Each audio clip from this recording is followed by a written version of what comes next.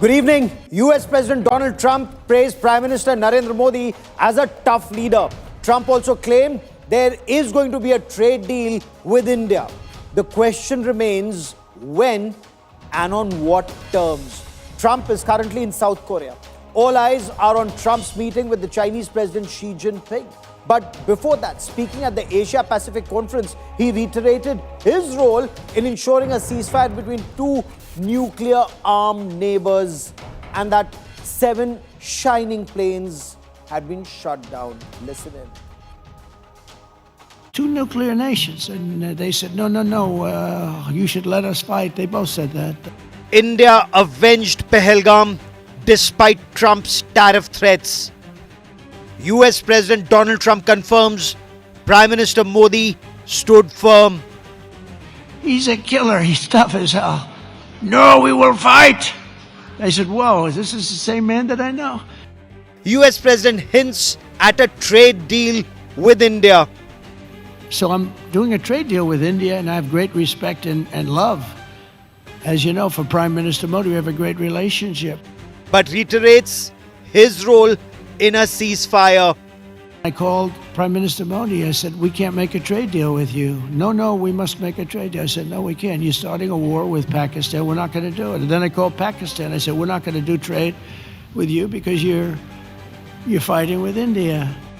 Trump's praise and provoke diplomacy. That's our top focus on India First. So President Trump says Prime Minister Narendra Modi is the nicest guy. He looks like you'd like to have your father, but he's a killer. He's tough as hell. Now, he's described his conversation with Prime Minister Narendra Modi, where the Prime Minister is reported to have said, no, we will fight, despite Trump claiming that he dangled a trade deal carrot. India, of course, has always said there was no conversation on trade at that point of time.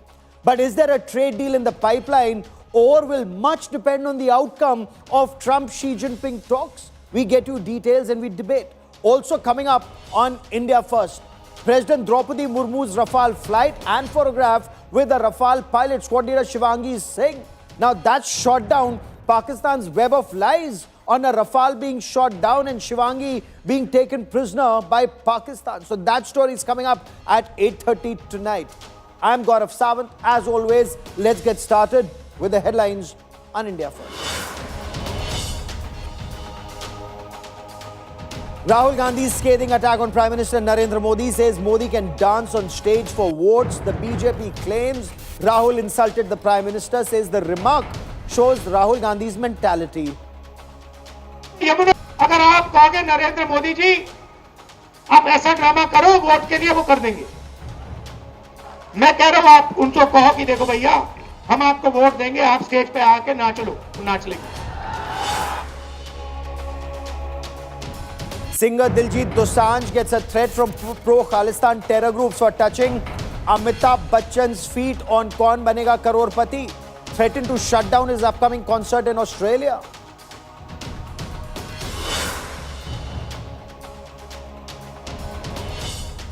Four boys injured after an explosion in J&K's Kupwara district. The blast reportedly happened when kids were playing cricket. Area has been cordoned off by security forces.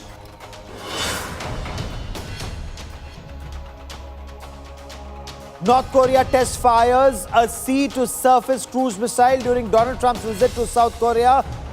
This comes ahead of Trump's meeting with the Chinese president in South Korea.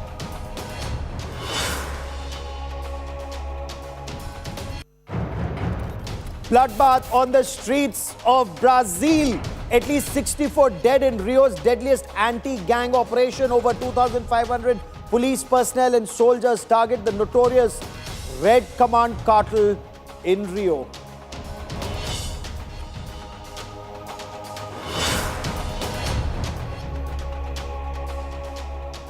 US President Donald Trump is in South Korea. Speaking at the Asia Pacific Economic Cooperation CEO's lunch, he praised Prime Minister Narendra Modi as the nicest looking guy who's the killer and tough as hell in the context of Operation Sindoor.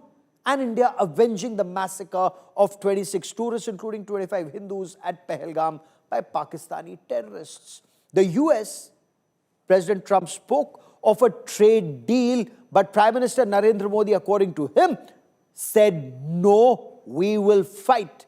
India then went on to bomb 9 terror bases, including for the first time ever at Muridke and Bahawalpur in Pakistan's Punjab province, punched holes in Pakistan's air defense, and then bombed 11 Pakistani air bases. President Trump also spoke of reading 7 planes were shot down.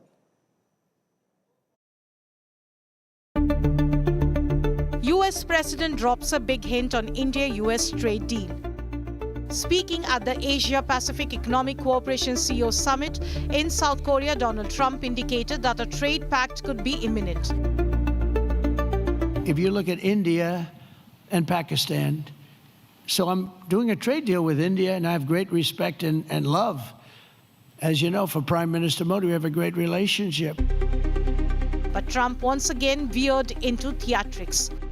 From trade hints to tall claims, Donald Trump's address was classic Trump. First, in his trademark style, Trump heaped praise on Prime Minister Narendra Modi. Prime Minister Modi is the nicest looking guy. He says, oh, and he looks like you'd like to have your father, like, he's a killer, he's tough as hell. No, we will fight. I said, whoa, this is the same man that I know. He also revisited his controversial claim about brokering the ceasefire between India and Pakistan. These are 2 nuclear nations, and they're really going at it. And I called Prime Minister Modi. I said, we can't make a trade deal with you. No, we must make a trade deal. I said, no, we can't. You're starting a war with Pakistan. We're not going to do it. And then I called Pakistan. I said, we're not going to do trade with you because you're fighting with India. They said, no, you should let us fight. They both said that. You know, they're warring. They're strong people. Trump's claims have triggered political chatter in India. The Congress questioned the veracity of his claims, asking why Prime Minister Modi is silent. व्यापार समझौता को लेकर उन्होंने दबाव डाला भारत पर। उन्होंने प्रधानमंत्री को बार-बार कहा, 2 बार बात की उन्होंने कहा, और उन्हीं के दबाव के कारण भारत मजबूर हुआ ऑपरेशन सिंदूर रोकने के लिए। जो अपने आप की 56 इंच की छाती की घोषणा करते हैं, उनका तो पर्दाफाश हो चुका है। As Trump continues to mix diplomacy with drama on his Asia tour, India remains focused on ensuring a trade deal that safeguards our national interest. Bureau Report, India Today. So what should one make of President Trump's statement about going to have a trade deal with India? His praise of Prime Minister Narendra Modi being tough, trade negotiations, punishing Pakistan terror? What's he referring to? Let's try and decode Trump's statements and this hyphenation between India and Pakistan, saying both these guys are tough, the leadership is tough in both the countries. Joining me on India First is Pramit Pal Chaudhary, head of India Practice Eurasia Group. Dr. Mohan Kumar is former ambassador to France and Bahrain. Also with me, Jayan Krishna, former CEO, PM Skill India Mission and senior fellow at the CSIS. Pramit Pal Chaudhary, when Trump calls Prime Minister Narendra Modi tough, is that in context of trade negotiations or Operation Sindoor? Well, he's actually called him tough even before Operation Sindoor and before the trade negotiations began. He's said that quite often in the past, even in the campaign last year, where his presidency, he had mentioned, and I think he's confused these meetings, that he had spoken to Modi in the first Trump administration about Pakistan, and he had quoted Modi as saying that, you know, we've beaten them before and we'll beat them again. So this is a standard line and something that is deeply embedded in his thinking about Prime Minister Modi. So there's nothing very new about this. Sindoor, I think, has only strengthened that. Trade negotiations possibly as well, but Trump himself, should we say, has not been directly involved in the trade negotiations going forward. But trade, I think, in his view, is something that he is tough about more than anything else. Dr. Kumar, does the statement indicate US tried to dangle the trade deal, the carrot, but Prime Minister Narendra Modi said, no, we will fight? And would that indicate that trade deal carrot did not work, even though India officially claims there was no conversation around trade during Operation Sindoor in any conversation with the Americans? So thank you very much for having me. I've always felt you should take President Trump seriously, but not literally. And if you're going to take him literally, word by word, you will tie yourself up in knots. So I would suggest to you that I think we focus on the trade deal, and there I think he has refrained from criticizing Prime Minister Modi. I don't think he has ever criticized Prime Minister Modi. Even he has been, as far as being critical of India, he's only called our economy a dead economy. But other than that, I don't think he has been critical at all.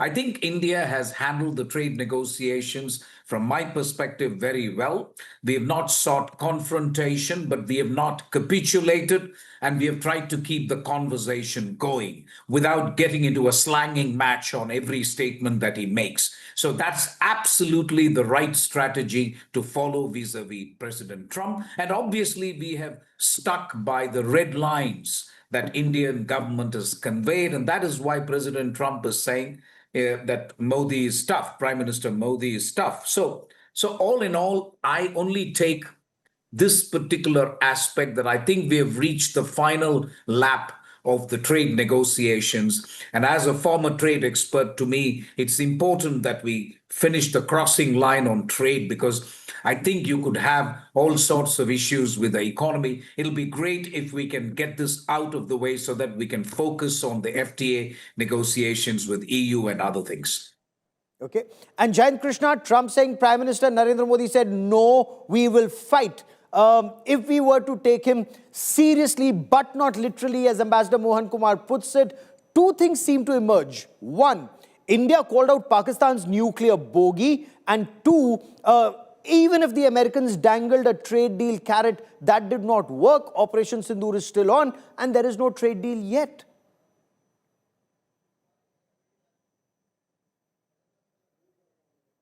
Okay, I think you're on mute. Request you to unmute yourself, sir. Yeah, Gaurav, so I think, President Trump should not be taken too seriously beyond a point. What he talks on his social media platforms depends on which side of the bed he gets up from.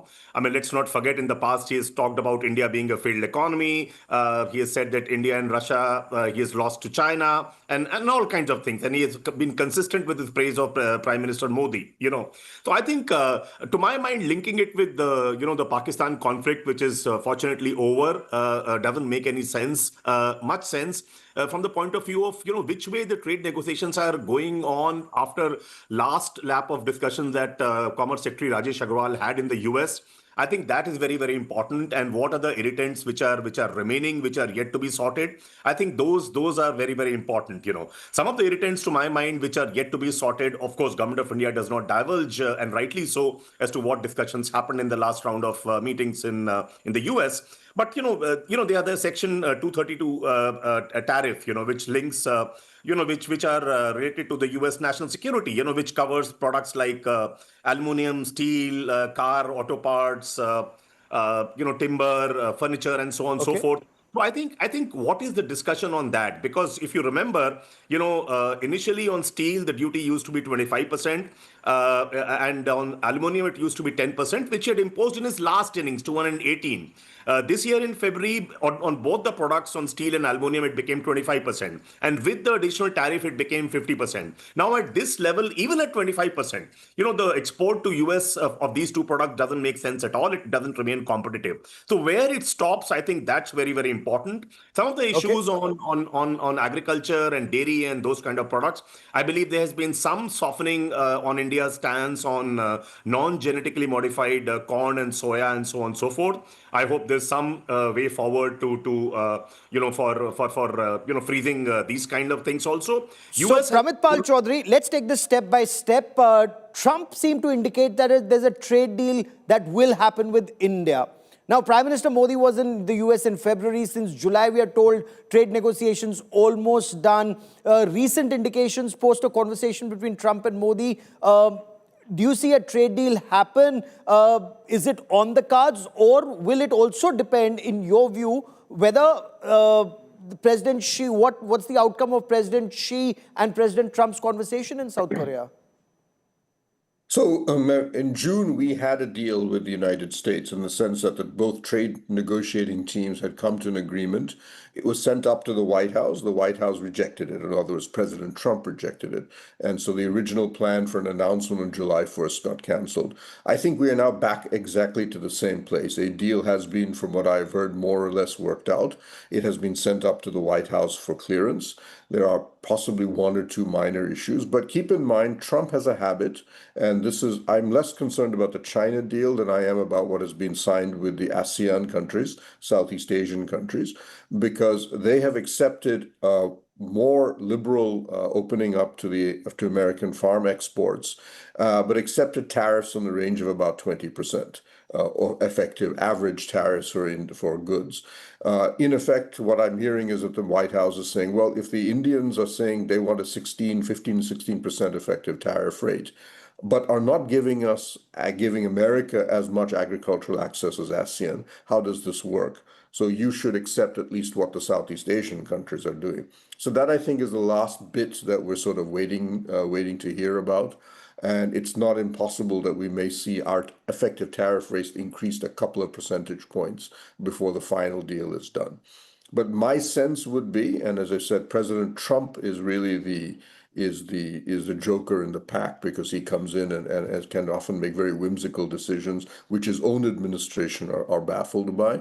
I would say that there's a very good chance of it coming to at least an announcement before the end of this year. So an announcement that there is a trade deal in place, you think happens by the end of this year around 20%, but with those concessions that they're seeking on agriculture and dairy, or without that, what are you picking up through your sources, sir? It would have to be with those concessions. Otherwise, America will not sign. You have to understand that for Trump, his looking at his core farm base, which is in the American Midwest, the states of Iowa, Kansas, Nebraska, and so on. These are corn, soya, producing states. We have conceded, for example, on apples and almonds, but apples and almonds are grown in California and Washington, which are Democratic states, so he doesn't care about those. So for him, it's absolutely essential that we look at these type of products for him to be able to sell that politically at home, or for him to be even interested in a trade deal with India. But what we are hearing is that the actual corn and soya grain, India has said we don't accept genetically modified crops, but the products that are produced, the oil, the soybean oil, we are the world's largest importer of soybean oil.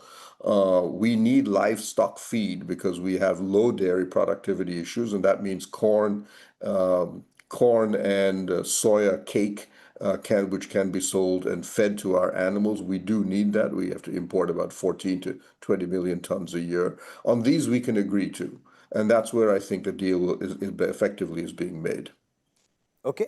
Dr. Kumar, your assessment of Trump's statement doing a trade deal with India, is there more clarity when and on what terms? And does Trump follow this G2 US-China conversation that is happening? And where does that leave India in your view? What happens? Does a lot depend on the outcome of President Trump and President Xi Jinping conversation tomorrow? I think that we will see a trade deal before the end of the year. So I agree with other panelists who have said more or less the same thing.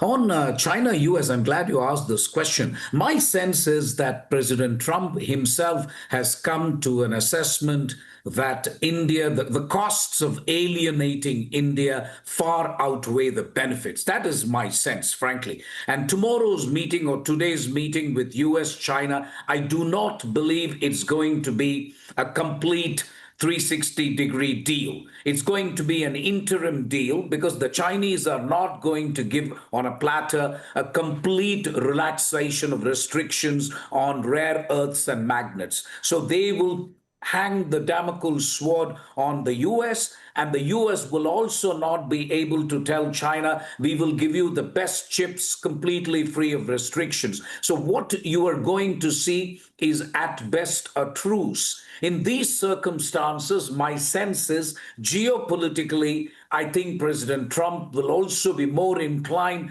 to sign the deal with India. This is an assessment that I've seen, and that is the main reason why the US has changed, frankly. I mean, trade, 90% of it is trade, but this trade deal, everybody knows, is not about trade. It's about Russian oil. It's about the US-China relationship, as you say. It's also a question of the US now wanting India on its side. It will not be permanent. It will still be a tug of war, but I think there has been a changed assessment in DC. Okay. Pramit Pal Chaudhary, before I bring in Jayant Krishna, your reading of India-US relationship currently at a time when US relationship with Pakistan seems to be improving, and he calls Asim Munir his favorite field marshal, or words to that effect, and he gets Shahbaz Sharif to praise him. Where does that leave India-US relationship if you have US so close to Pakistan, or Trump so close to Pakistan? Well, I think, yes, that's the key difference. Trump is very susceptible to, should we say, ego massaging. And that's what the Pakistanis have basically done. They also seem to have dumped a lot of money into crypto schemes that are directly supported by Trump's inner circle and his family. Also a good way to win points with Trump. But the point is that after that, your problem for Pakistan is they have almost nothing to offer the United States. Trump, the administration as a whole, looks at Pakistan and says, what do you bring to the table? You are not strategically important now that the Americans have left Afghanistan. The Pakistanis have offered oil. The British began looking for oil in Pakistan in 1915. ExxonMobil, Aramco, Sinopec, CNPC, Total have all looked for oil in Pakistan. There is no oil in Pakistan. They offered minerals, but the minerals are deep inside Balochistan, and the Chinese have attempted to mine them and have had their engineers killed, kidnapped by the Baloch rebels. There is no economic benefit that Pakistan can offer the United States, and there's very little strategic benefit that they can offer. So the problem with Pakistan is that you can woo the president, yes, and he can make these statements, but on the ground, what matters with the Trump administration is not what the president says, but what the administration does. And my sense is that Pakistan is simply running out of things to offer the United States that is practical. Trump himself now is no longer talking about Indo-Pakistan peace and a ceasefire and trying to win a Nobel Peace Prize through that. He's now saying, I'll try to broker a deal between Pakistan and the Taliban. Have fun trying to do that, because you can be assured the Taliban will pay absolutely no attention to that offer. Oh, absolutely. And I believe even as we speak, there's an incident that's taking place in Khyber Pakhtunkhwa. That's what we're learning from sources. We'll get you more information on that. But Jayant Krishna, a trade deal with India is also in the interest of the United States of America. Your reading of US inclination towards Pakistan, is it only Trump and Asim Munir? As Pramit Pal Chaudhary said, Pakistan doesn't have much to offer. Ultimately, Trump does realize that America needs India, though in Japan there was almost no conversation about Indo-Pacific. So, Gaurav, I'm not much concerned about, successive, honeymooning by various American presidents vis-a-vis Pakistan. They keep on throwing a few $1 million here and there directly or through international agencies. But the fact is, as the other panelists also mentioned, there is no serious economic benefit that Pakistan can offer. So I'm not concerned much on that front at all. All I'm concerned is that, in the current round of negotiations or the next round of negotiations, where does this tariff settle down? If you look at today, it's 50%, out of which 25% is a penal tariff, which should go anyway, because we have already started, lowering our import of crude oil from Russia after sanctions against those two large companies, right? So where from between 10% and 25%, where it settles, that would actually determine as to how competitive our exports to the US remain. If you look at Okay. UK and Japan, they have about 10%. European Union has about 15%. Countries like South Korea also has 15%. Sri Lanka, Vietnam, Taiwan have 20%. Indonesia, Malaysia, Philippines has 19%. So between 10% and 25%, these are the countries with whom we compete for exports to the US. I think where it settles is going to be, to my mind, eventually it will settle anywhere between 15% to 20%. I think Okay. that's what India's entire focus has to be. That the lower it is, the more beneficial it is, obviously, for the Indian exporters, and that's what the entire focus of negotiations going forward from Indian side should be, to my So mind. interesting you say now that there are penalties on the two Russian oil firms getting oil from Russia clearly, and there are sanctions. So India will look for other options. But what about Pramtpal Chaudhary, the deal with Russia on that narrow body transport aircraft? Do you see trouble with America on that, or with that our relationship with Russia also remains good, and with America? So the Superjet, I think, let's see how it works out. The problem with the Superjet is slightly different, I think, because it's built by Sukhoi, which is a company that is sanctioned by not just the US, by the EU. It means Indian airlines who try to buy it, but who have to deal with foreign destinations, IATA regulations, and so on, will simply be very reluctant to buy it.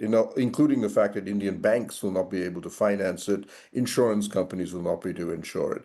I think this is a longer-term game. If this aircraft, you're really looking at an aircraft that can be sold maybe 3 or 4 years down the line, by which time there hopefully a ceasefire in Ukraine and sanctions have been lifted. So that's I think the bigger story is that as we reduce our dependence or reduce our purchases of Russian oil, we have many other options. Hardeep Puri, the oil minister, said we have 40 countries offering us oil. Iraq is offering it at a price even lower than Russia. Is going to be other products, and notably, I think, fertilizer. You're going to be seeing a large import of urea coming in, which will be in many ways sort of compensation, if you wish, for the oil. Urea and fertilizer and all agricultural products are exempt from sanctions. And that's required not just by India, but by Global South. And that's something that India has constantly pushed for. Ambassador Mohan Kumar, can I draw you in for a moment on one part of what Donald Trump said, where he said, I'm reading that 7 shining new planes were shot down. 19th of July, and let me take you back. That time he said he was hearing of 4 to 5 jets shot down. Now he says 7 shiny new jets were shot down. Not once has he said Indian jets. Pakistan claimed it shot down Indian jets. Indian Air Chief went on record to say India had shot down several Pakistani planes, including an airborne early warning system in the air, multiple on ground, including F-16s and JF-17s. What do you make of the American president's claim?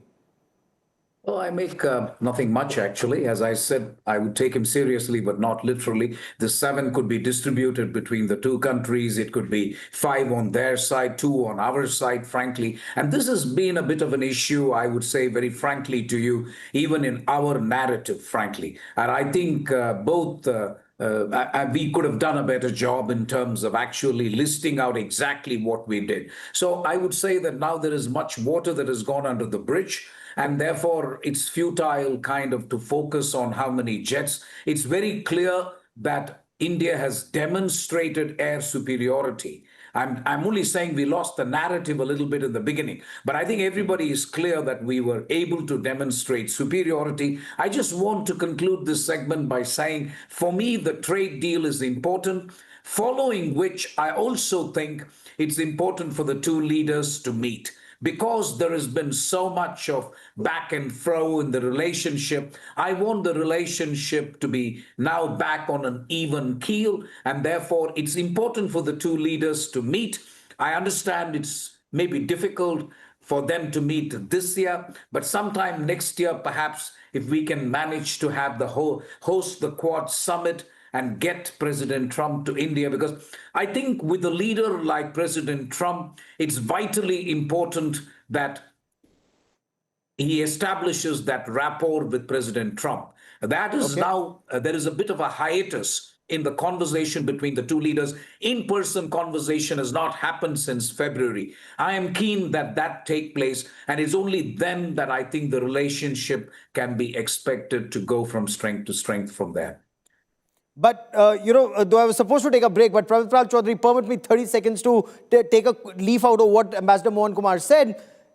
It's very risky to meet Donald Trump because you wouldn't know what he would say next and what impact will it have on next elections, whether it's Bihar now or next year. There are a series of state elections and each election extremely important. So does this indicate, one, if India really cannot trust what President Trump will say, then 3 years of his tenure, it's better to stay away than risk a meeting, or can things change? Well, that's one of the risks you're going to have to do as a statesman, I think, but there are a couple of things to point out. One, the evidence so far, and I believe that's an assessment by a number of governments, including our own, is Trump tends to go off the rails in telephone conversations. If you look at the transcript, for example, of his phone call in the first administration with Malcolm Turnbull, the Australian Prime Minister, where at the end of it, Trump slams the phone down and screams that this is the worst phone call I've had of the world leader. But he tends to be very congenial when he meets you face to face. And so far, the evidence is that when he's face to face, he's like a real estate guy selling his apartments to you.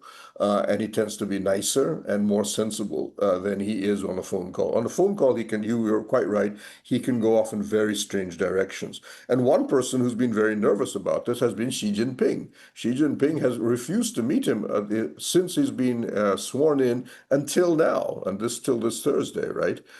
Because when you talk to Chinese diplomats, they're very nervous about this. They're very nervous that you end up with a crazy Zelensky-type press conference in which, of course, it would be a huge loss of face for Xi, but would almost certainly result in the US-China relationship going off a cliff.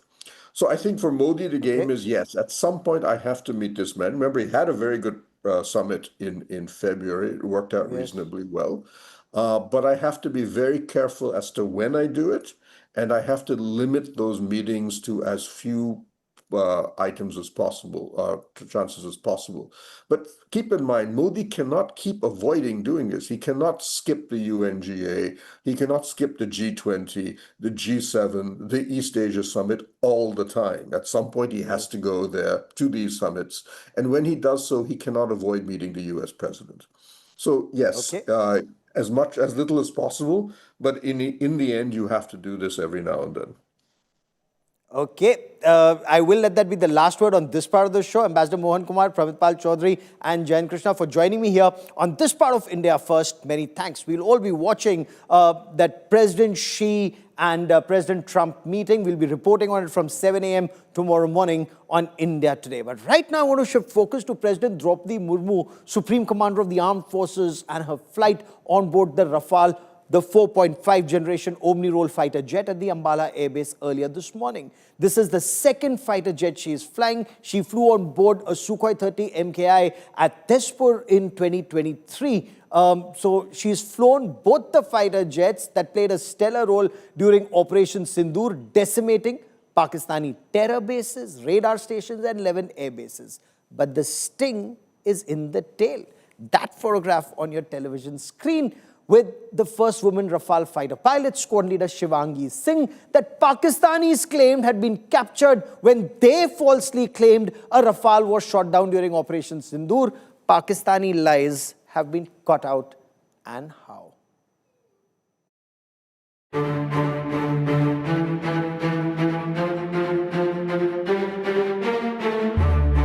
President Draupadi Murmu takes a sortie in Rafale fighter jet from the Air Force Station in Ambala.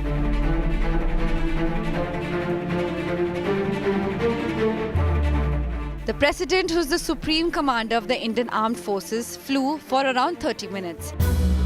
The Rafale jet President Murmu flew was used in Operation Sindoor, which saw the Indian Air Force bombing terror headquarters deep inside Pakistan just a few months ago. But it was this frame that stole the show. The President, alongside squadron leader Shivangi Singh, the IAF first woman Rafale pilot. The same officer Pakistan falsely claimed was captured during Operation Sindoor earlier this year. According to the military sources, at least 2 more Indian fighter jets, these are Rafales, according to the government of Pakistan, have been shot down. A female pilot has been taken into custody. She was one of the fighter pilots of the Indian Air Force. At that time, the Indian government had rubbished the claims. A PIB fact check had called them baseless and fabricated. Squadron leader Shivangi Singh had earned her qualified flying instructor badge at Tambaram in Tamil Nadu on Tuesday. Later in the visitor's book, the president noted, "The sortie on the Rafale is an unforgettable experience for me. The first flight on the potent Rafale aircraft has instilled in me a renewed sense of pride in the nation's defense capabilities.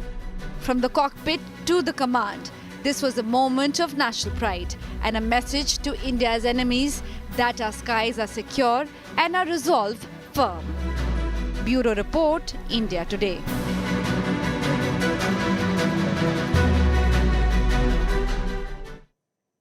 And joining me on this part of India First on President's historic sortie and photograph are Air Marshal Sanjeev Kapoor, former Director General Flight Safety and Inspections, and Sandeep Unithan, my colleague and senior journalist. Air Marshal Kapoor, what was President Murmu's message when she flew on board the Rafale at the Ambala Air Base? What's the message to India and the world, sir?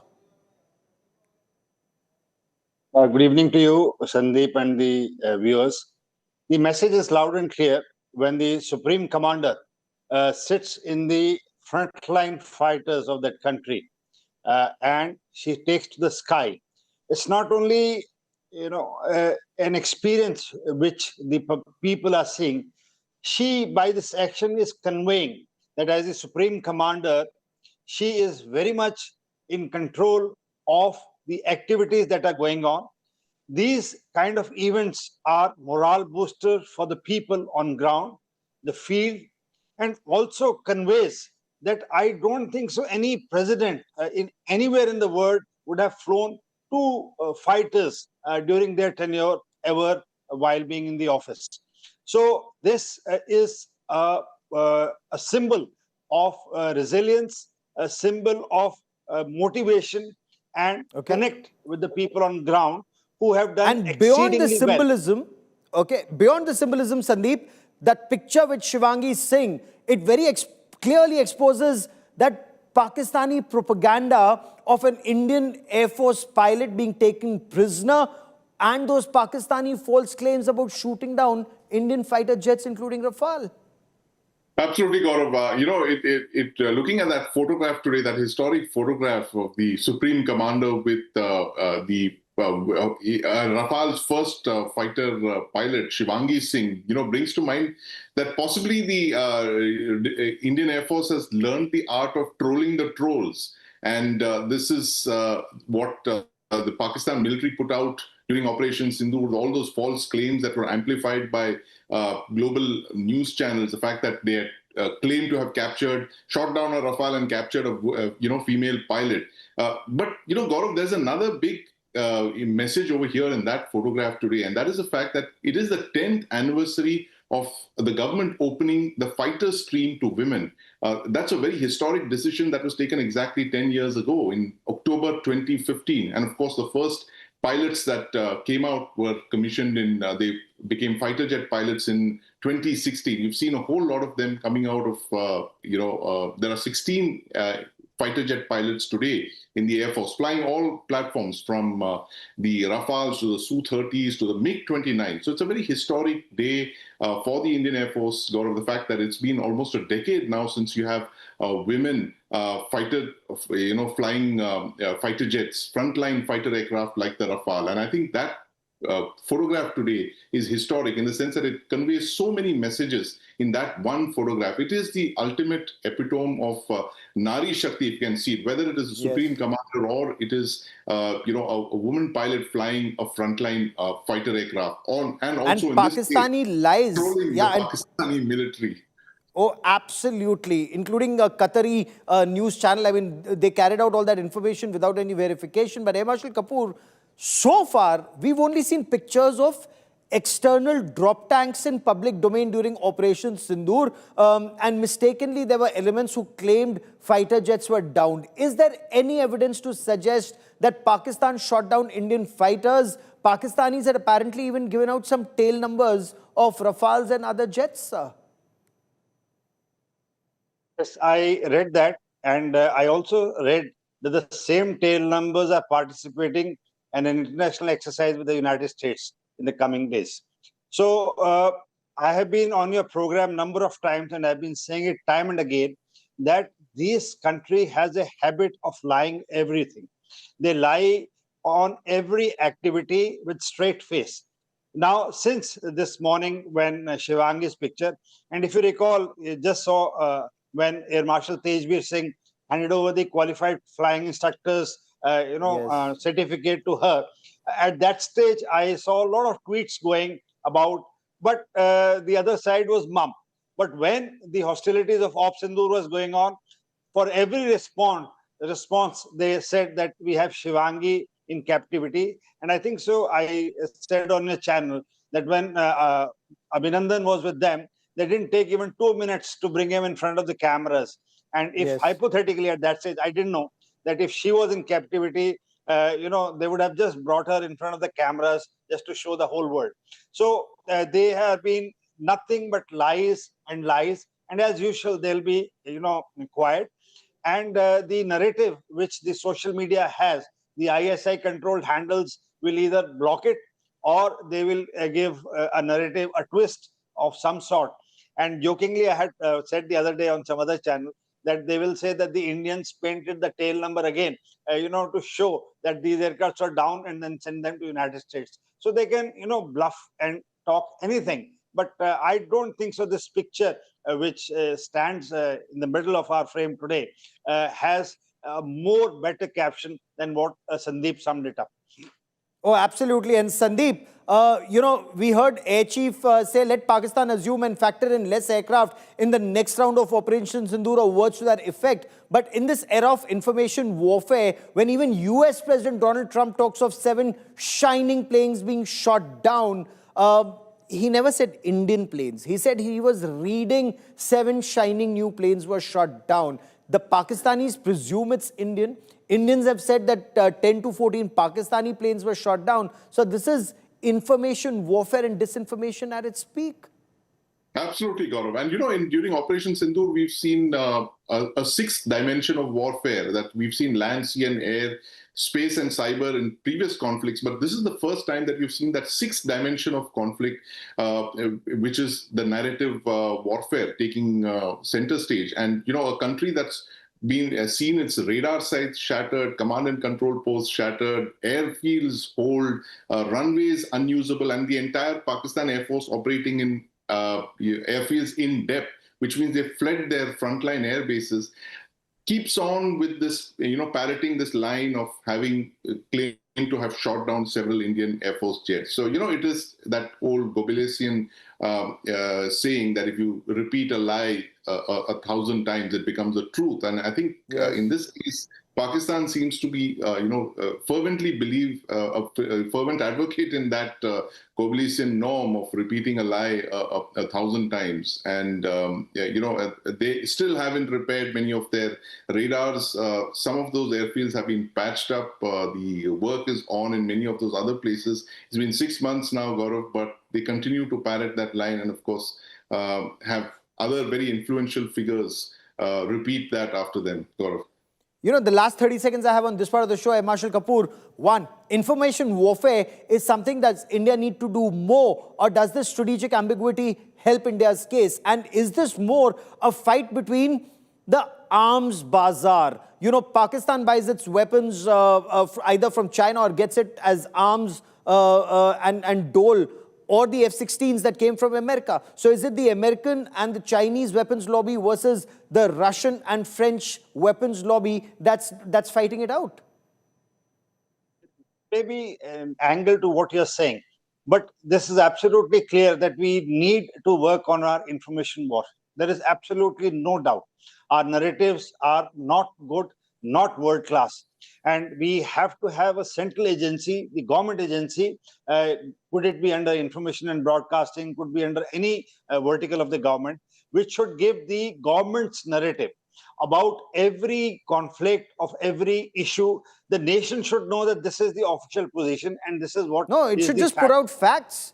It should Yes. just put out facts. If Pakistani planes have been downed, why are we told those facts after 3 months?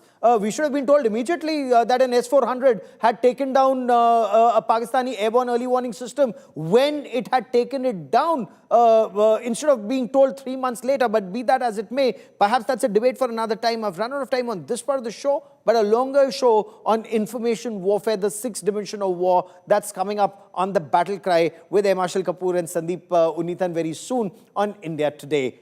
Pro-Khalistan terror supporters, an organization called the Sikhs for Justice, have threatened to shut down singer Diljit Dosanjh concert that's scheduled for the 1st of November in Australia, with US-based Khalistani terror supporter Gurpatwant Singh Pannu accusing the Punjabi pop icon of betraying the cause of the Sikhs. It all started after Diljit Dosanjh was seen touching Amitabh Bachchan's feet on the show Kaun Banega Crorepati. Now, linking the day to what they claim is the massacre of Sikhs in 1984 after the 31st of October, the K gang said no Sikh with a conscience can celebrate on the 1st of November. But they are actually hurting what is a Bharatiya parampara of touching the feet of the elderly to seek directions for a glorious future. Hate campaign against India's biggest Punjabi pop icon. Pro-Khalistan outfit Sikhs for Justice has threatened to shut down Diljit Dosanjh's concert in Australia on November 1st. The group, led by US-based terrorist Gurpatwant Singh Pannu, has called for a panthic shutdown, linking the show to Sikh Genocide Remembrance Day, accusing the singer of betrayal. The trigger, Diljit's recent appearance on Kaun Banega Crorepati, where he was seen touching the feet of Amitabh Bachchan. Pannu claimed Diljit insulted the victims of 1984 by showing respect to Bachchan and called for a panthic shutdown of his Australian concert, and even appealed to Sikh organizations and fans to boycott the event. Diljit Dosanjh, who has performed at major global venues and even shared stages with world leaders, has not responded to SFJ's latest provocation. From music to menace, the Khalistani propaganda machine is once again at work. Bureau Report, India Today. Let's try and make sense of this development. Joining me on this broadcast is Shashikant, former Director General of the Punjab Police. Sir, what do you make of this threat, and what do you make of this organization Seek for Justice and their desperation to be identified with this Sikh identity politics around this time? Sir, basically it's just an attempt to remain in limelight all the time. Talking of this particular episode, if Amitabh was involved in that, though there have been disclaimers to a number of times, why they did not file a case. Lots of persons who had instigated this violence, this genocide against Sikhs have been booked. Cases are going on in the courts. Some of them have been punished. They are going on. Number one, why they did not approach the Indian courts, number one. Secondly, it's a serious matter which has drawn the attention of Sri Akal Takht Sahib number of times. And there have been number of edicts on this particular point. Had there been some such thing, why Sri Akal Takht Sahib Jathedar has not spoken about it? Okay. Second point. Third point, like I said, basically these are attention-seeking exercise. And you know that besides other countries, Australia as also New Zealand, they have large number of Khalistan supporters. Possibly, I don't know. It could be one of the gimmicks to obtain some money. I don't know. These organizations... So extortion. These organizations have been involved in extortion both in Canada and in India. But on ground, some of these radical elements in Punjab, do they pose a real threat to artists in Punjab, in other parts of India? And are they just desperately trying to stay relevant, invoking 1984? No, both the stories are different. Yes, some of these gangsters who are operating in Punjab, as also in Canada and other places, they have been trying to extort money from such singers and such celebrities and actors and all those persons of high stature. Basically, there's extortion. This particular case, I feel, is basically an exercise to remain in limelight. Whenever there's a small little incident, Pannu just tries to talk about it, trying to maybe blow it out of proportions. And like you very rightly said, it's a tradition in India, no, in all the communities, whether they are Hindus, Sikhs, whether it's South India, everywhere, there's tradition to touch the feet of the elderly persons. And I'm sure that Amitabh Bachchan certainly is much elder to Diljit Dosanjh. Yes. And these persons, artists, they respect each other. It was just a gesture of respect to pay honor, to pay regards to Amitabh Bachchan. Yes, nothing more than that. And if they say there's there, then tell me. I see every other day people touching each other's feet, with irrespective of the religion, caste, creed, etc., etc. Do you think that Panu should take such cases every other day? That why this person shook hands with somebody, why this person embraced somebody, why this person saluted somebody? Basically, in one line, bottom line is this: an exercise to remain in limelight, a futile exercise, and Panu should realize, like I said, yes, Australia also has a number of persons, pro-Khalisan persons, but this particular thing, certainly, wait and see, is going to backfire on him. Because Punjabis love music. Punjabis love actors, singers, etc. And this particular thread which has come, I'm sure there's going to be some reaction, some criticism of the Pannu person from Australia, from New Zealand, and other places, other parts of the world where these things Let's are sincerely there. hope that there's a crackdown on such elements overseas so that the diaspora can also live in an environment free of fear. Mr. Shashikant, for joining me here on India Today, many thanks. The fact remains, these Khalistanis don't know what Indian culture, Bharatiya Parampara and Sanskriti is all about. It's about Matra Devo Bhav, Pitra Devo Bhav, Acharya Devo Bhav. Our mother, our father and our teacher are God for us. And that is the culture of this land. That is all I have for you on India First this evening. Many thanks for watching. News and updates continue on India Today. Stay with us.